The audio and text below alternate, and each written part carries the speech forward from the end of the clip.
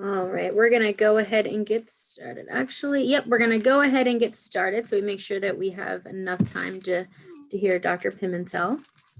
So, excuse me. Thank you everyone for joining April's Tea Talk.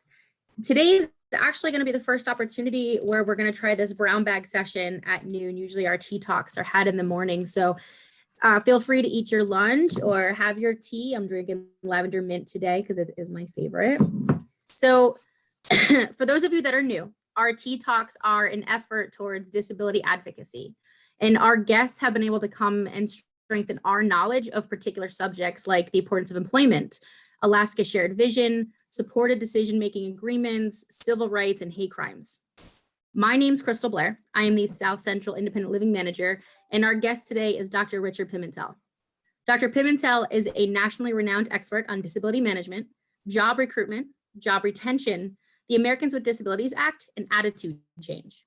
As a consultant, keynote speaker, professional trainer, and author of numerous curricula and training guides, Dr. Pimentel is distinguished by his ability to predict industry trends and the needs of employers. He has designed and implemented return to work systems for the private sector and government employers throughout the country.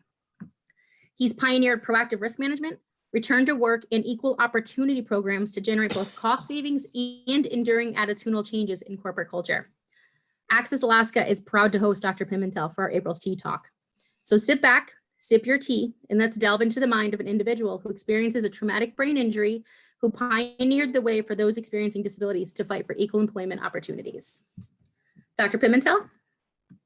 Thank you. I appreciate that. It is great to be able to talk with you. I've over the years been able to come up to Alaska and do some work, and have really enjoyed everything about it, and especially the people. So I want to, in the time that I have, give you some thoughts. I'm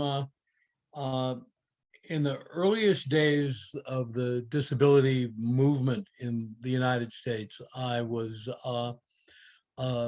lucky enough to be put in a position to see some of what was going on. And I want to just give you some ideas and some thoughts and what's happening now.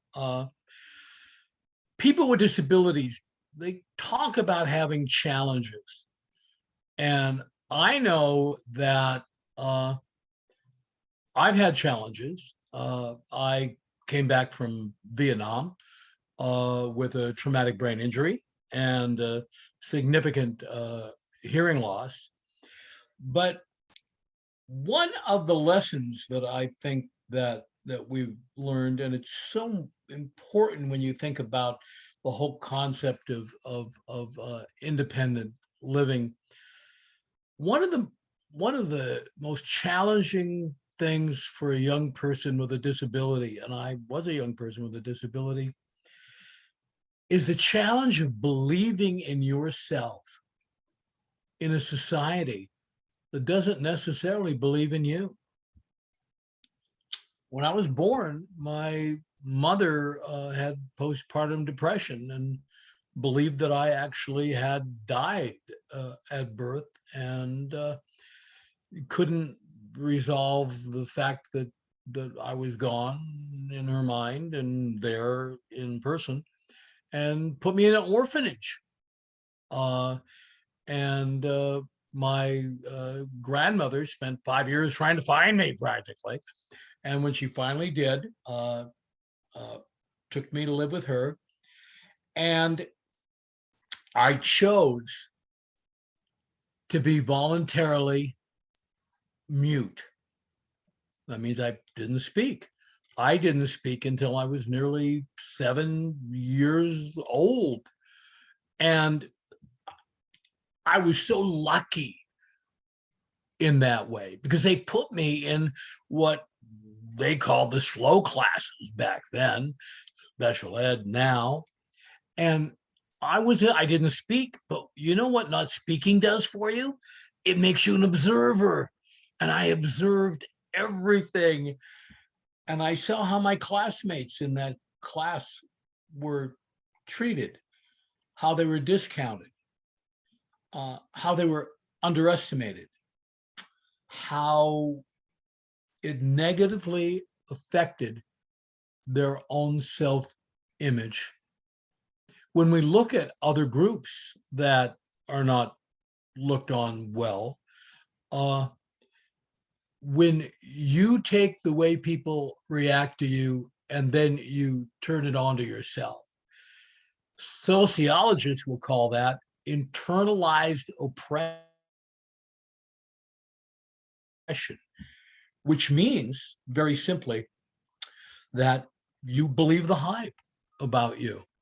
And one of the great challenges that we had in the disability movement was to say, this is not the way you've been treated all your life isn't true. You are somebody else. And one of the most important things, and I would like to share with you the idea is the idea of believing in yourself.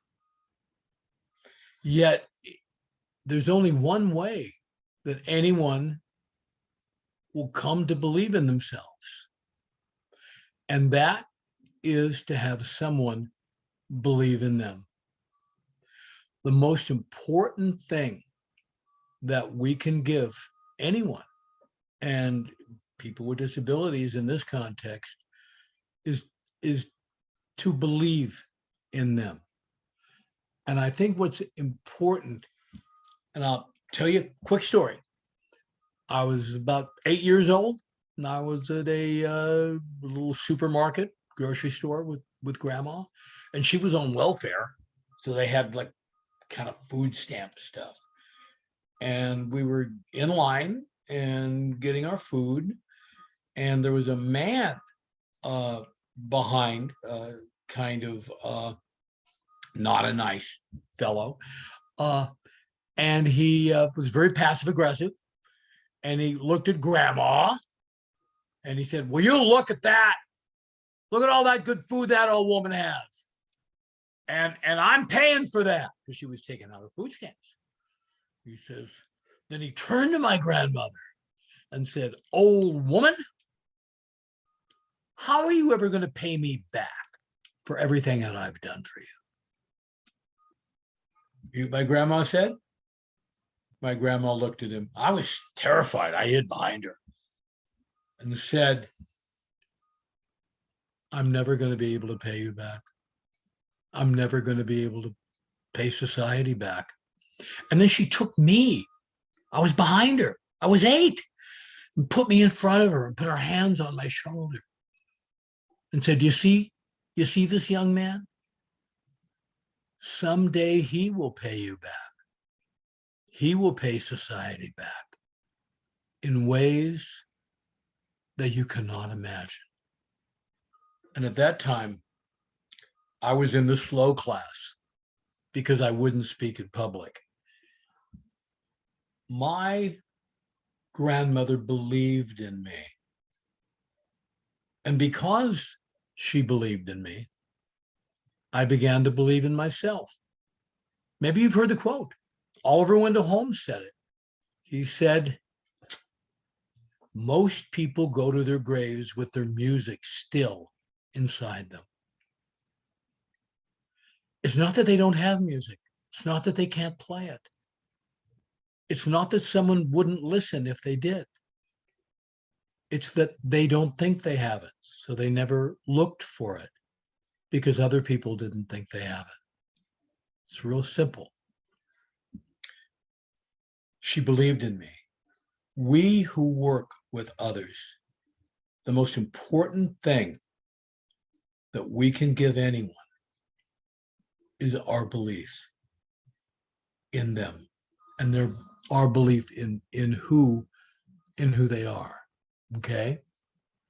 Anyway, I'd like to talk to you about the whole concept of independent living.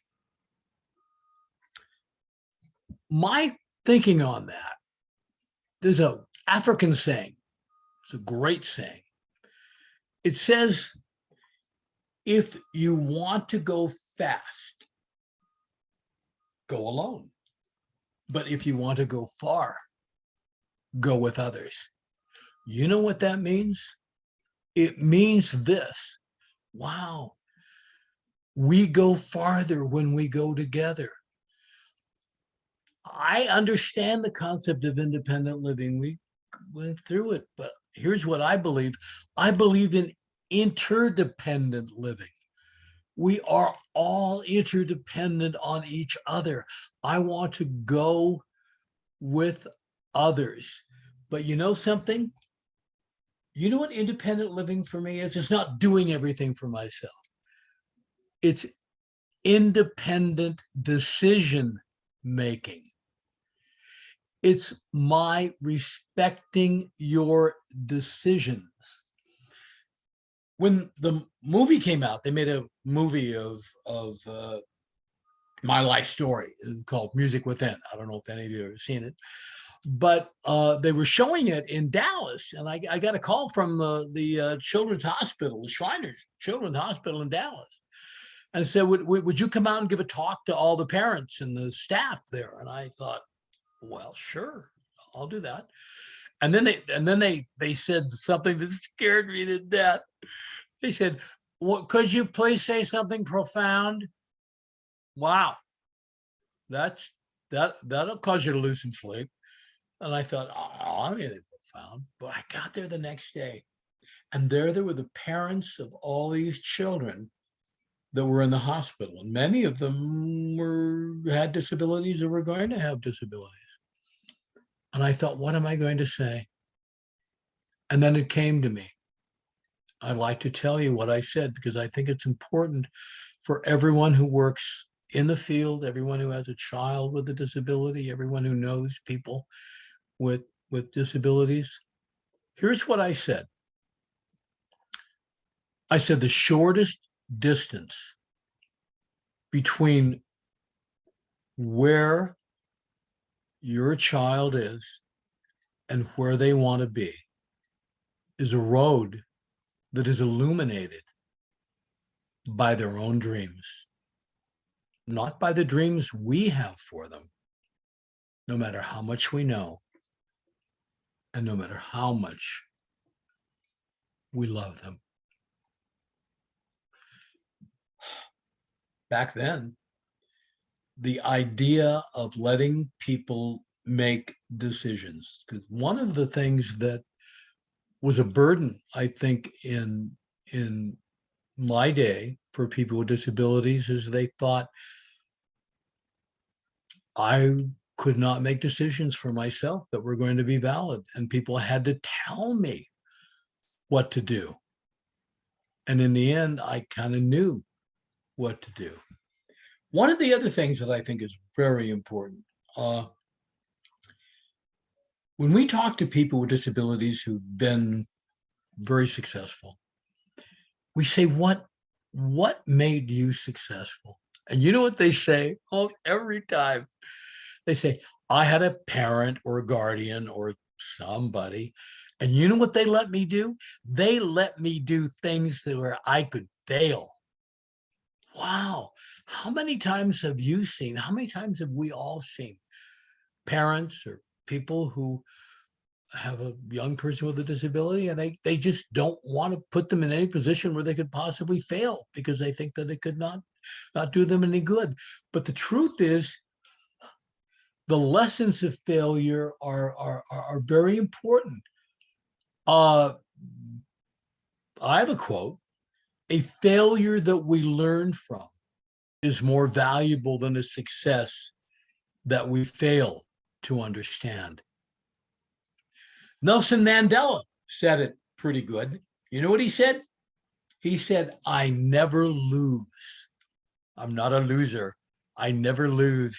And then he said, I either win or I learn. One of the interesting things that we see, and people with disabilities who've been very successful on the job say this, is that I appreciate my failures because they have given me confidence. It's not the confidence that I will always succeed. It's the confidence that if I fail, if I fall, I know I can get up. and that will give me confidence, and it helps develop that as a person. And I think one of the most important things, and Helen Keller said it over and over and over and over again, is that if you sit down with a young person with a disability after they have failed and go over the lessons that have been learned and the joys that have been learned about how they're going to do this in the future, that is what's important. Anyway, I'd like to talk to you about coming back from Vietnam. When I was in Vietnam, I was in an explosion. And I came back with a traumatic brain injury, a significant hearing loss, and I came back and was rehabbed by the Veterans Administration. Now, when I was in high school, I was a speaker. I was, a little speech team kind of stuff, but I enjoyed it. It was really great. And I wanted to be a professional speaker, and I wanted to be a business consultant. I thought that would be pretty good because we were raised so poor. I thought maybe business has money. And when I got to the VA, I realized something. The VA counselor told me, he says, "Well, what do you want to do?" I said, "Well, I want to be a professional speaker." And he said, "Oh, what else do you want to do?" I said, "Well, I want to be a business consultant." "No," he says, "you can't do that." I said, "Why?" He said, "Because you're deaf." I said, "Well, how's that going to keep me from doing it?" And he says, "Well, we have the book." I said, "You have a book?" He says, "Yeah, it's a book. It's this book we have, and it's got all the disabilities in it and what the good jobs are for those disabilities. And you didn't pick any of the jobs that is good for deaf and brain injury." And I said, "Really? You have this book?" He said, "Yeah." I said, "Show me." And he showed me. He said, look up deaf." And I did. And he said, "You see public speaker on that list of jobs?" I said, "No." He said, "Well," he said, "look up traumatic brain injury." I did. He said, "You see business consultant on that list?" I said, "No." He said, "See?" He said, you should repair shoes. The book says you should repair shoes." And I realized something. Suddenly, my dreams had been taken away. I hadn't just lost my hearing. I hadn't just had to learn to do things over again. I lost my dreams. I had to ask myself, am I me anymore? Who am I? For those of you who are a person with a disability or work with people with disabilities or raising people with disabilities, here's what we have been told. And I know I was told this, and I bet there's a few people out there that have been told this. Ready?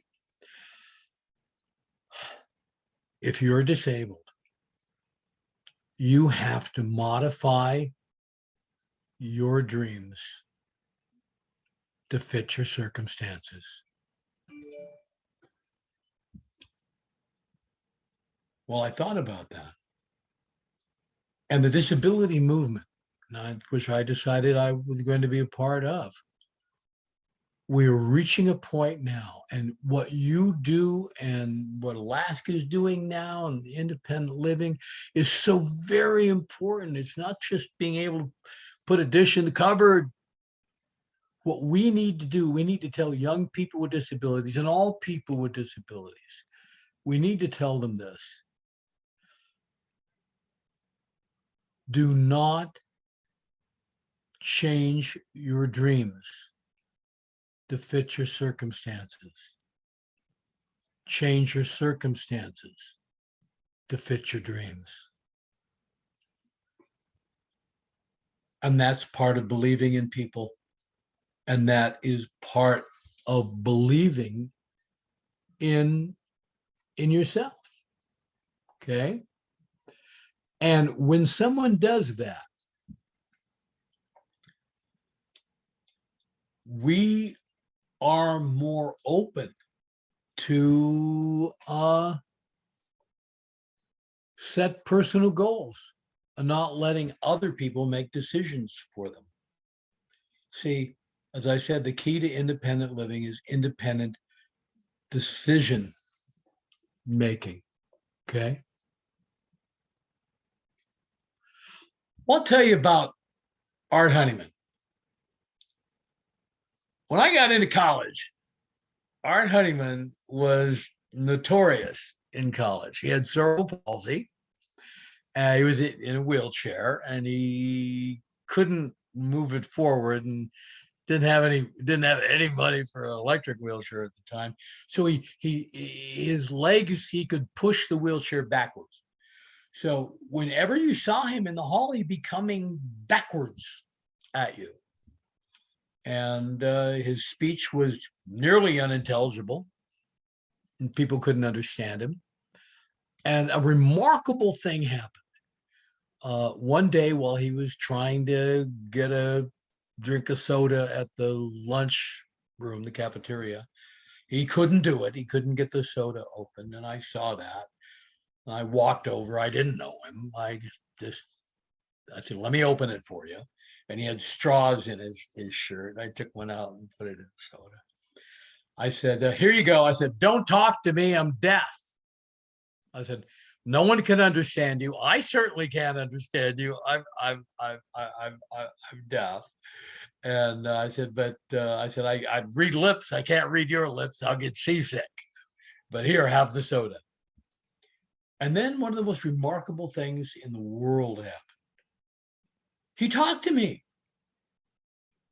And while almost no one could understand what he said in that school, I understood every word he said. You know why? The nature of my hearing loss cut out some of the odd noises that he made because of the cerebral palsy, so they weren't distracting to me. His main thing that he talked about was very guttural, and I could understand guttural because I'd lost all my upper register hearing in an explosion. All I had left was my lower register. I was the only person in the whole school that could understand him. Remarkable. I said, I just understood everything you said. He said, what, you want a medal? And we became friends because communication is a very important part of friendship. And I was the only one that could understand him. And so we were bonded and we went around and everyone wanted to talk to him. No one wanted to talk to me. Everyone wanted to talk to him because he was smart. How smart was he? His IQ was over my cholesterol level. And they would say, what do you think about this? What do you think about that?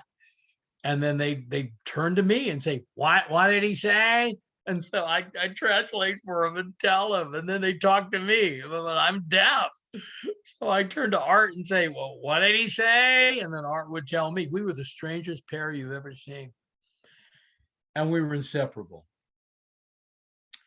And we landed right in the start of the major civil disobedience on the disability forefront. One day he called me. He could call. He could knock the phone over in the dorm, and then the operator would come on, and he would make noise, and they would send the call to my phone because I was the only one he could talk to. He said, "It's my birthday. Pancakes." It's 2 a.m. Well, he loved pancakes. He said, "I got $20. Let's go." And I went over to his room, helped him get dressed, put him in the wheelchair, took him down the stairs, went 5 blocks to the pancake house. Got him up into the pancake house over the stairs. There's nothing was accessible back then. We sat down. We were going to have breakfast birthday pancakes. And then it happened. The turning point in my life, disability life, happened. The waitress came in. She said, I can't serve you. And then she said the meanest thing I've ever heard. And if this shocks you, I want you to know this was not unusual for these times. She looked at Art and said, you are the ugliest, most disgusting looking thing I've ever seen. I don't even know if you're human. I can't believe you would come into a place where other people are trying to eat. I won't serve you. Get out. I'd never heard anyone talk to Art that way. And I looked at him and I just said, what? And then Art was a genius, but he was an evil genius, which is even better than a genius. And he looked at me and he smiled and he said to me, he said, Richard, why do you think she's talking to you that way? You don't look any worse than you normally look. She's talking to you. So we got a big argument over which one she was talking to, and this really made her mad. And then Art said, I think she wants to date me. She was just trying to get rid of you. And she said, I'm calling the police. And Art said, call them. Because back then they had something called an ugly law. If you don't know anything about it, look it up. Look up the term ugly law. In fact, Google Harvard and ugly law, and you'll see the story of Honeyman and I in the pancake house. The Harvard law did a thing on it. It's pretty neat. Anyway, the ugly law was in over 20 states at that time. And for those of us that know it, you know it. And for those of you who don't, you're about ready to be shocked. The law said anyone who's crippled, maimed, deformed, or otherwise an improper person shall not be out on the public thoroughfare. It was against the law for me to take Art into the pancake house back then. And it would have been against the law in 20 different states, and Oregon was one of them. When the police came, they said, if you don't leave, you're going to jail. And Art said the words that changed my life.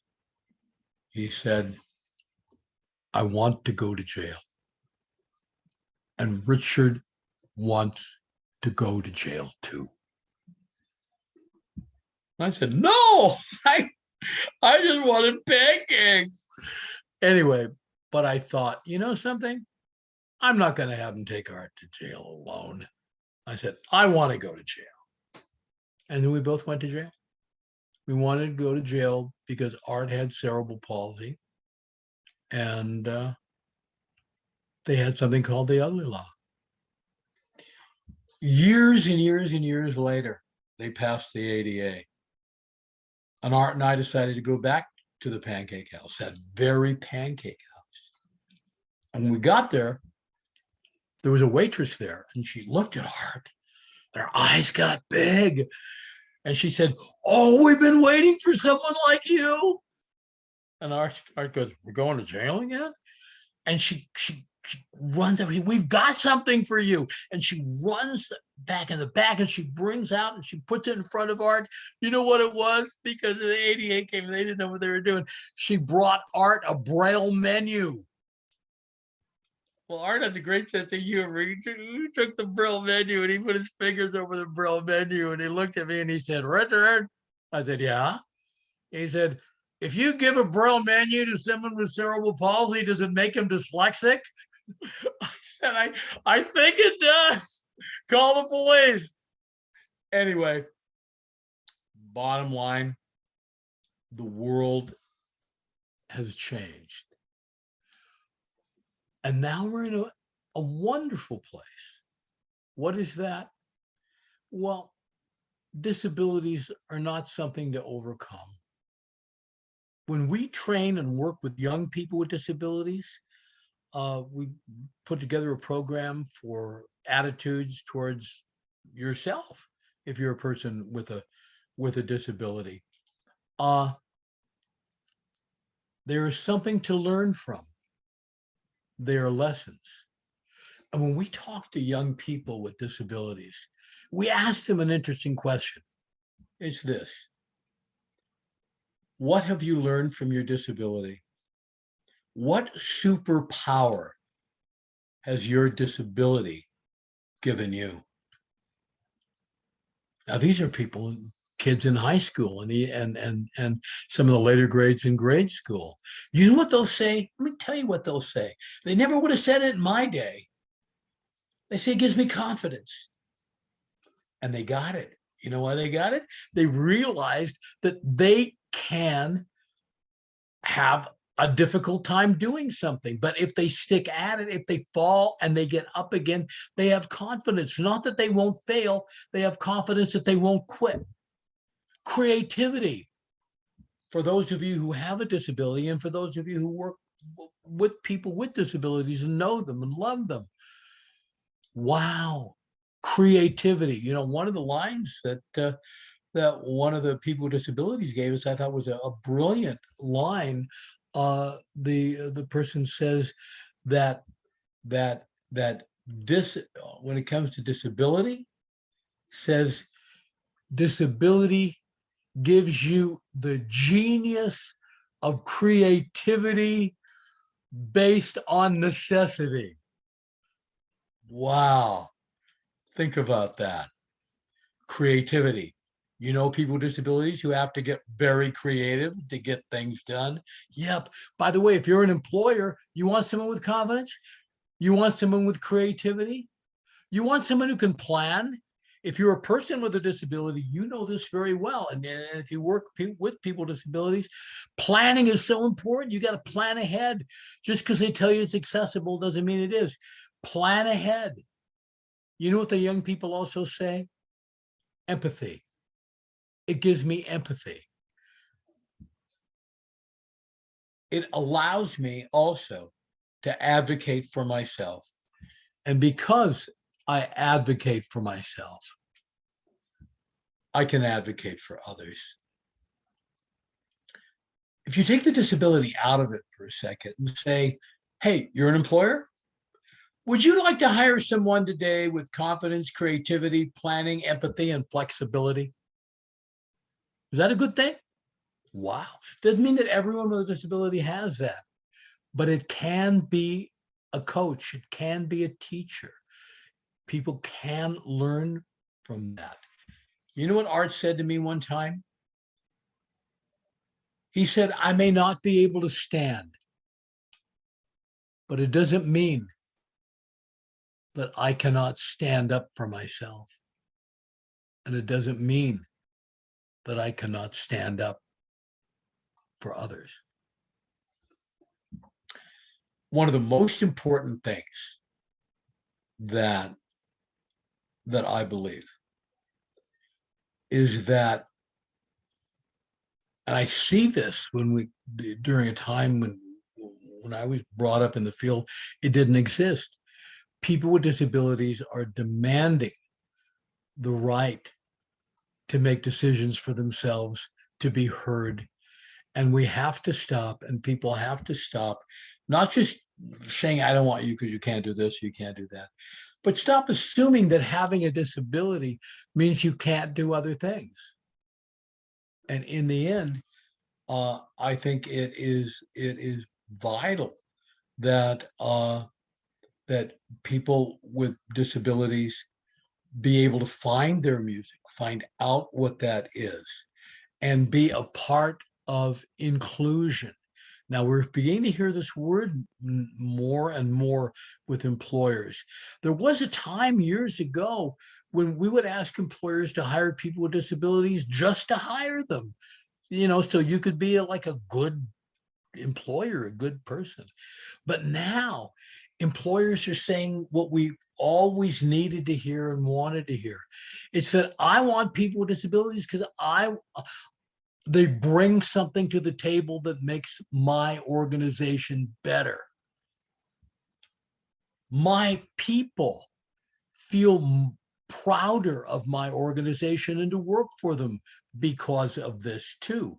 My customers like it, and they contribute to the organization.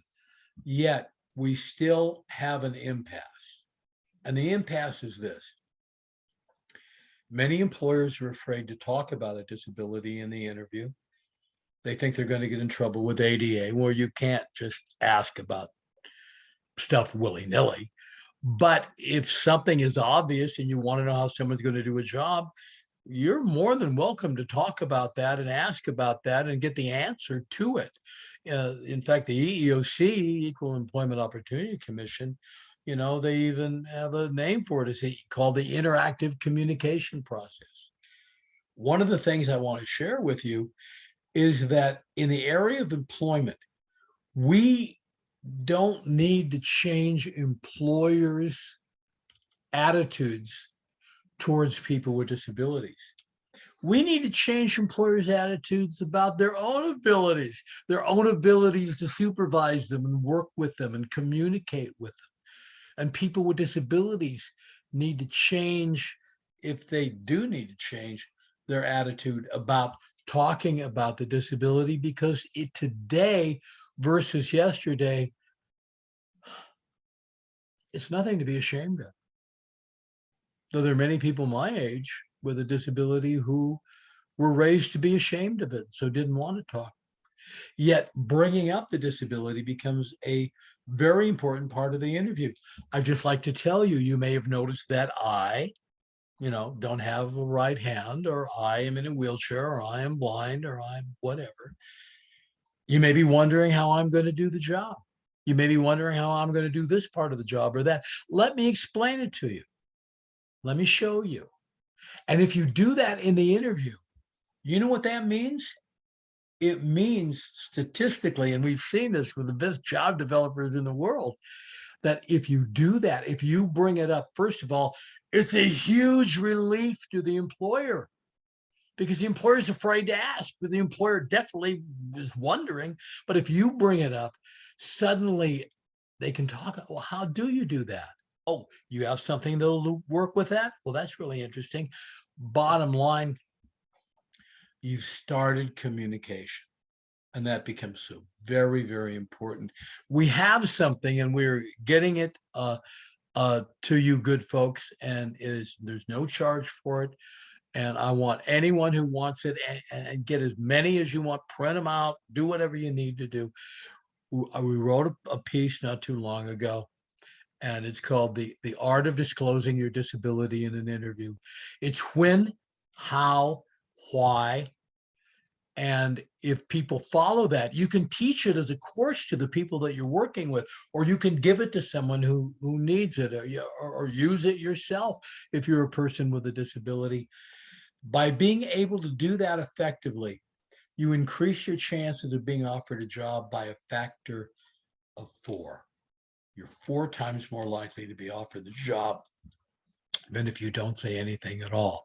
It's called the Art of Disclosing Your Disability in an Interview, and we are making it available to you good folks.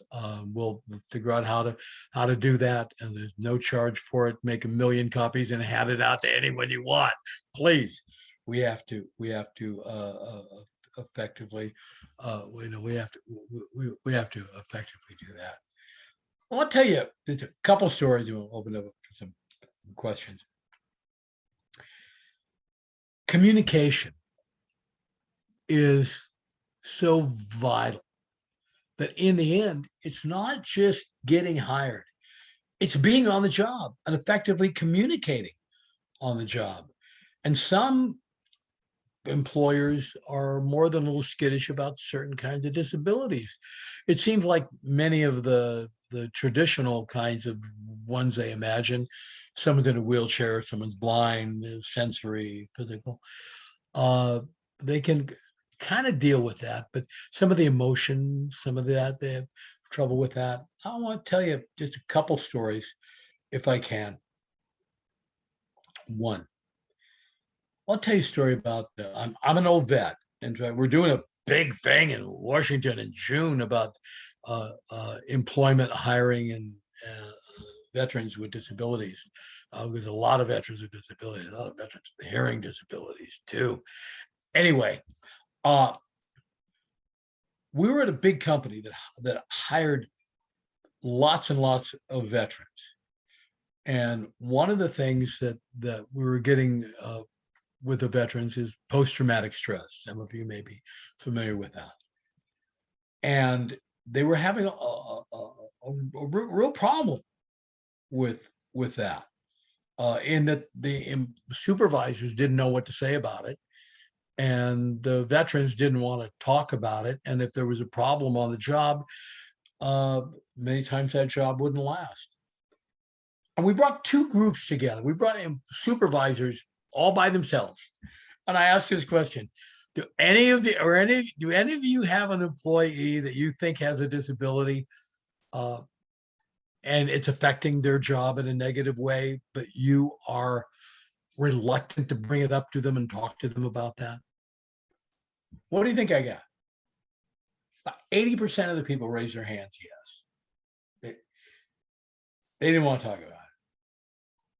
And I said, what if they did talk about it? What if they came up to you and said, I just want you to know that, and I don't know if it's affecting the job, but let's see if we can work this out. Would you be upset or would you be grateful? Again, everyone who raised their hands in the first place said we would be wonderfully grateful if they would do that, but they don't do it. Later on that afternoon, we brought in the employees and we said, hey, do any of you have a disability that you think might be affecting your job in a negative way, but you are reluctant to talk to the supervisor about that for fear it will impact on your employment? Oh, so many hands went up. And then we told them what the supervisor said in the first workshop: please talk to me about this. We will figure it out.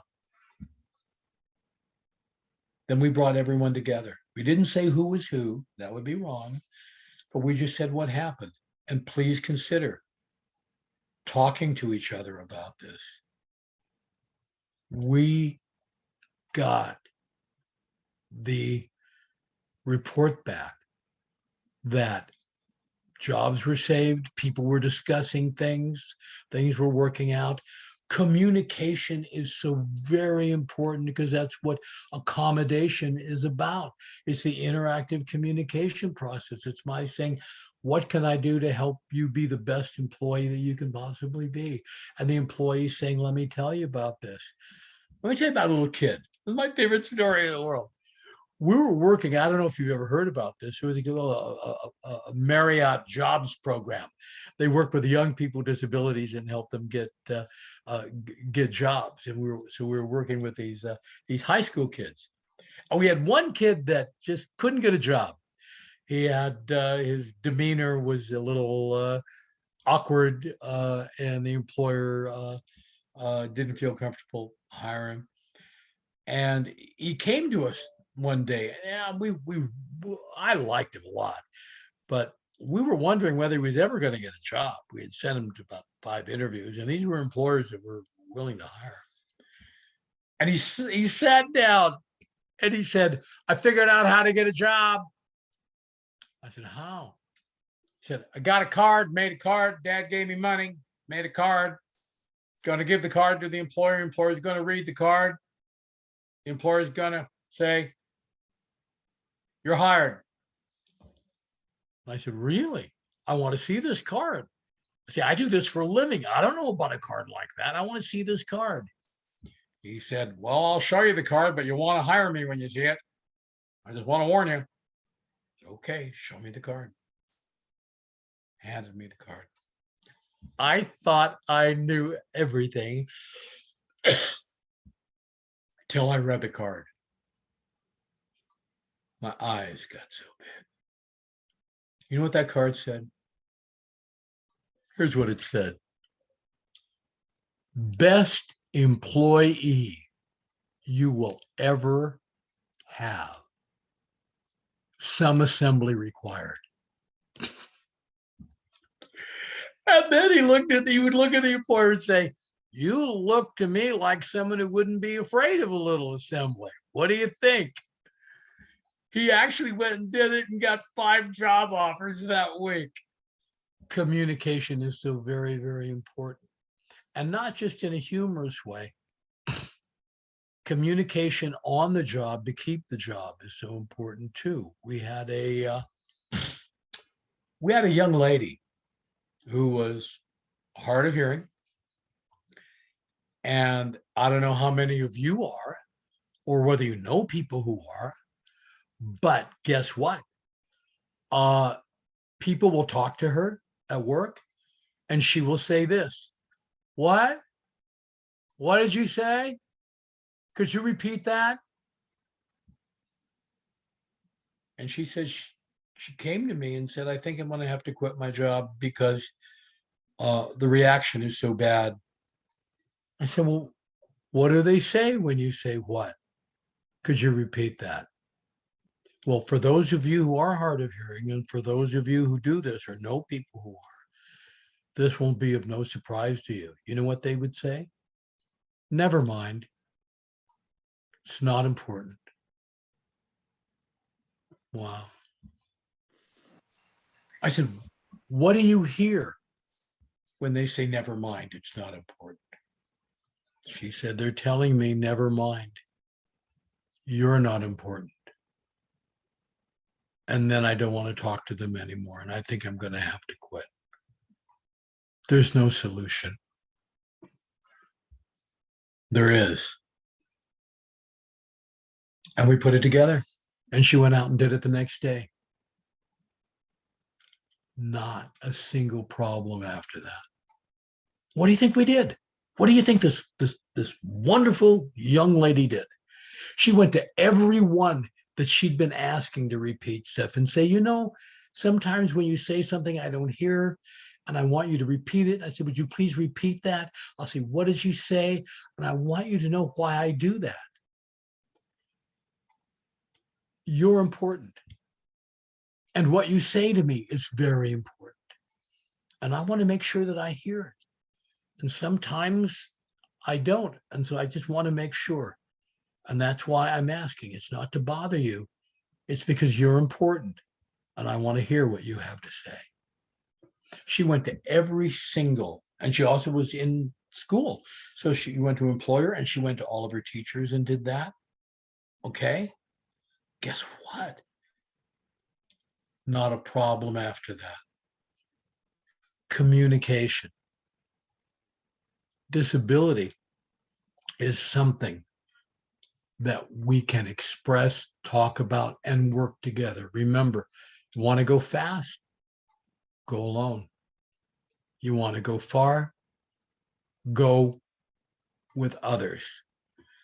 And the ability to respect and empower someone's decision and someone's goal and someone's dream is the ultimate independent living, because we all need help doing the things we do, but we want to have people respect what we want and to enable us to do it. Do I want to live independently? No. I want to live interdependently. I want people to help me with my goals. And I want to help other people with their goals. Okay. I think that is a very important, very important thing. What we're doing now in the situation that we're in is we have a huge thing coming at us. COVID, post-COVID, we have a lot of employees that may be trying to come back to work who may be having some type of impairment or disability, and we have employers who are scared. We can use the ADA. We can use what we know about reasonable accommodation to accommodate every single issue that post-COVID has. We just need to approach employers and make them feel confident, and the employees and confident in doing that. And so it's employers are going to want to bring them back in the same way that they brought injured workers back and got them back to full production. We're going to be able to make accommodations for everything from the brain fog to the hearing to the all of these kinds of things. We just can't overreact to the whole thing, and I think that's an important thing. Now, where am I on time? Am I over time?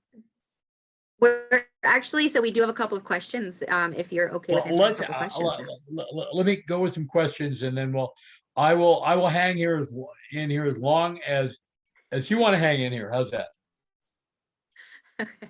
So one of the questions that we have is, could you briefly explain in 2 minutes or less what to say to a company who might be weary about hiring a person with a disability? Okay. Well, is this a specific person with a disability, or just anyone Anyone. anyone with a disability? Well, we actually have a training called Windmills that trains supervisors and managers and HR people on attitudes towards person with disability. What I would say is that in the end, that people, that there are accommodations that allow people with disabilities, as there are accommodations that allow every one of your employees to do the job better. We modify the job for every employee we have based on their strengths, based on their weaknesses, not necessarily on their disability. But the main thing is, I think it's vital for employers to understand that they have the ability to effectively supervise people with disabilities, especially when that communication is going on between the employee, the employer, and you, if you're an agency working with that you're going to be there to help them and work with them. Remember, it's not hiring. You're not hiring a disability. You're hiring a person. Focus on that person. And that person may do something in a different way, but guess what? All of your employees do something in a different way based on their abilities, based on the things they do well, based on things maybe they don't do so well. And in the end, focus on the individual. When I was in a conference once doing a workshop for employers, and this employer, it was really great. This employer raised his hand and he said, I have in my own company, I have a perfect job for someone in a wheelchair. Someone in a wheelchair could do the job better. What should I do? I said, you have a job that could be done better by someone in a wheelchair? He said, yes. I said, well, it's easy. Find an employee, go get a wheelchair, put the employee in the wheelchair and watch production go up. He said, what? I said, there are no good jobs for people in wheelchairs, but there are people who use wheelchairs that are good for jobs. Okay. There are no good jobs for people with disabilities in your company, but there are people with disabilities that would be good for every job you have. In the end, you're not hiring disabilities, you're hiring people. And in the end, that's what it's all about. Your ability to effectively supervise and evaluate the person. We have the ability to allow someone to do the job, maybe in a different way, but just as well, or maybe even better than you're doing now. And I don't, very simple, I don't want to change that employer's mind about the ability of the person with disability. I want to change the employer's mind about his or her own ability to effectively supervise them by telling him, you can do this. Also, if I'm an agency, I'm going to be with you from the get-go on in. I'll work with you on that and work with that. But ultimately, it's not about the person's disability. It's about the person, and get them back to be focusing on that. We have another question? We do, yes. Thank you for that. Good. That was a really great answer. Thanks. With this month being the 45th anniversary of the 504 sit-ins, what are your thoughts on what has changed over the last 4 decades? Oh, well, so very much. We have gone from almost a forced let me in to now we're hearing things like inclusion. We're hearing things like it's not, oh gee, I have to let them in. We're saying, wow, people with disabilities, they've done a lot, really a lot for us. I remember when the ADA was signed. I don't know if you have like film of that.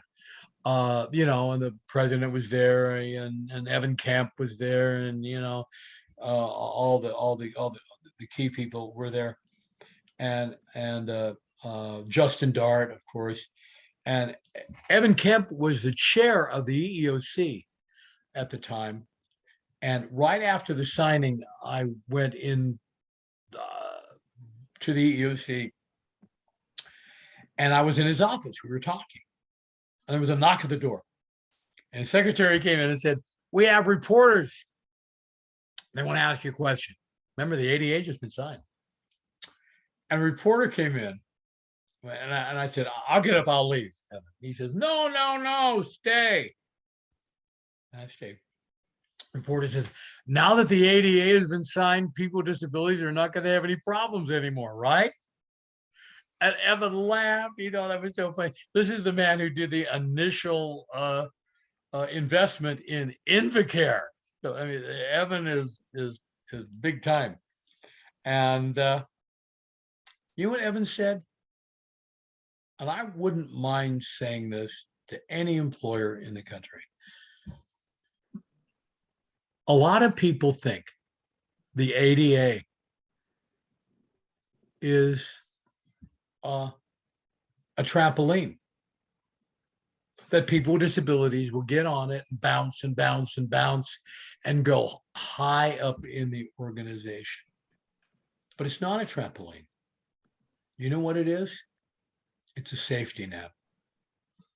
It's a place where you can never go any lower than how we've defined. He says, but there is a trampoline. And this is what he said to the reporters. And what I have said, what many people have said to employers over the years because of that. Is, you know what the trampoline is?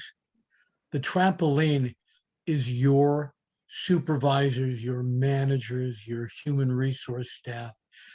The trampoline is your diversity program, and not tolerating disability, but valuing what they bring to the table, just like we value what each person and their whatever they have brings to the table. And they will bounce higher and higher and higher. And that is the trampoline. That is the favor that you do for your company. Your employees feel better about your company. Customers do. And we get ideas. We have characteristics. We have things that people with disabilities learn from their disabilities.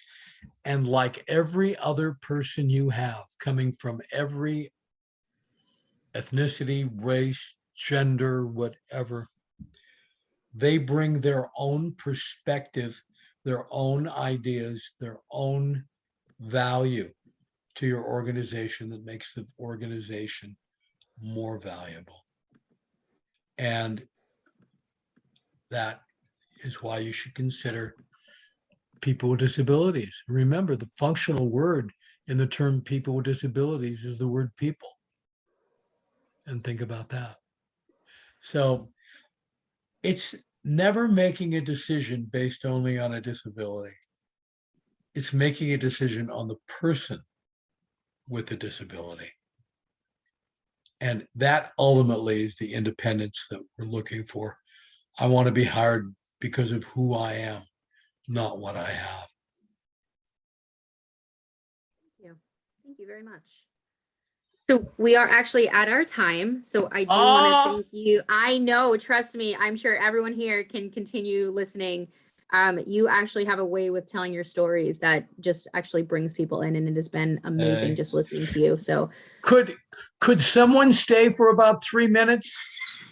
No, if anyone would, do I have permission if I don't understand? And yeah, but it's all on me. I want to read you something about what's called ableism, the thing that I wrote. yeah, go Because I ahead. think you folks need to Go hear it. ahead. Can I do it? I'm Yeah, actually going to absolutely. read it. Forgive me for reading it, but I just wrote it. And okay. Someone asked me, what about this new ableism thing? And I know isms. Okay. So I'm going to read it to you. By the way, if you want this available, we're cleaning it up. We'll make it available to you too. Okay. Recently, the word ableism has taken its place among the other negative ism words. Racism, sexism, ableism, classism, heterosexism. Ism is used in this way, is the belief that one characteristic about you determines who we are and what we think and what we do, as well as our value or lack of value as a person. Now, you know this is not true for you, so we must ask, why should it be true for others? An ism used in this context is defined as prejudice or discrimination on the basis of a specific attribute: race, gender, color, sexual identity, body shape, attractiveness or lack of it, country of origin, class, and now disability. Yes, disability. The concept of sub-minimum wages for persons who have disability. In the disability, the community, the concept of sub-minimum wage is a long-standing and grim reality. In the early days, the disability civil rights movement, I was asked how I felt about the practice of sub-minimum wage employment for persons with disabilities. I said that I was philosophically against it for two reasons.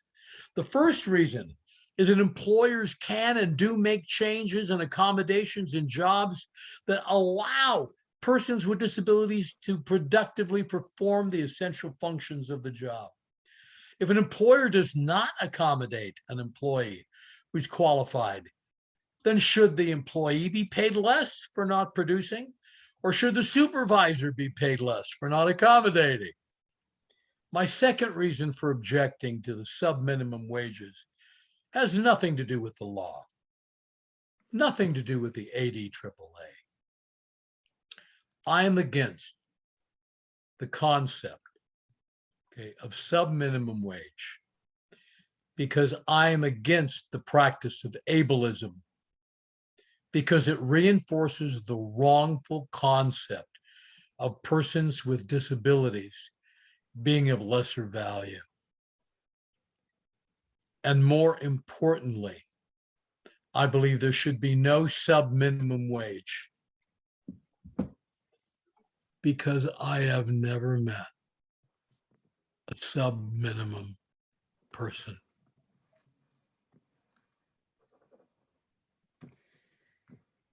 First, thank you for that. That was the fact that you just wrote that recently was also, I'm going to ask you to clean up because I want a copy of that. And I know that a lot of the individuals attending are also going to want a copy of that. So we have been seeing a lot more ableism on social media and things as well, and in the media in general. So I think it's actually extremely important that you wrote that. And it's quite profound how you wrote that. So thank you for sharing it. This is I've been accused of having no unpublished thought. I'm sorry. This is Mel Wright. I'm Richard's business partner, and I want to say we will clean it up. We'll get it to you. And Richard, I also want to put it on LinkedIn. I think it's a powerful statement. Do you really? All right. Cool. Thank you. So thank you again, Richard. It has been extremely amazing and just even profound just listening to your stories over the last 4 decades and things that you've been through and sharing your ideas with everybody moving forward as well. So I do want to state, I did put in Milt's website in the chat bar if you guys wanted to go there. We do have Milt and Richard do have trainings that are on there as well. The windmills training is on there. The art of disclosing your disability, which we will absolutely get out to all the registrants via email. That is also on there. And if you guys have any questions for Milt or Richard, you can absolutely contact them that way as well. So it's just a great resource. We also threw in for their IMDb for Richard's movie, The Music Within, which is an amazing movie. I've seen it 17 times.